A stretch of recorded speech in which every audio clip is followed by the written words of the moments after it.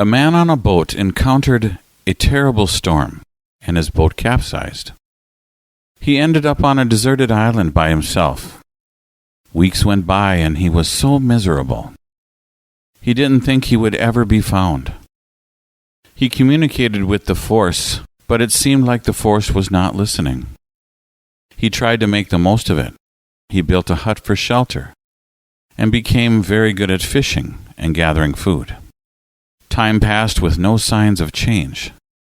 Just when he thought it couldn't get any worse, his hut caught fire. He was stunned, watching the only thing he had go up in flames. It was like pouring salt on his wounds.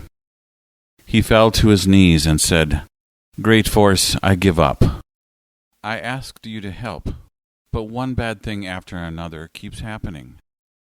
An hour later, the Coast Guard showed up to rescue him. The man couldn't believe it. He was thrilled.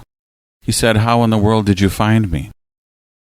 They said, "We saw the smoke coming from that huge fire you built." Sometimes what looks like a disappointment is really the force positioning us to go to a new level. Maybe you feel like this man, hit by the storms of life, alone on an island, with your hut on fire. But instead of getting negative and bitter, recognize that the force still has a good plan for your life.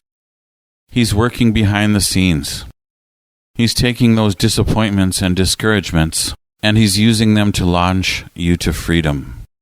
Even when you don't understand what's happening in your circumstances, the force is using them for your good.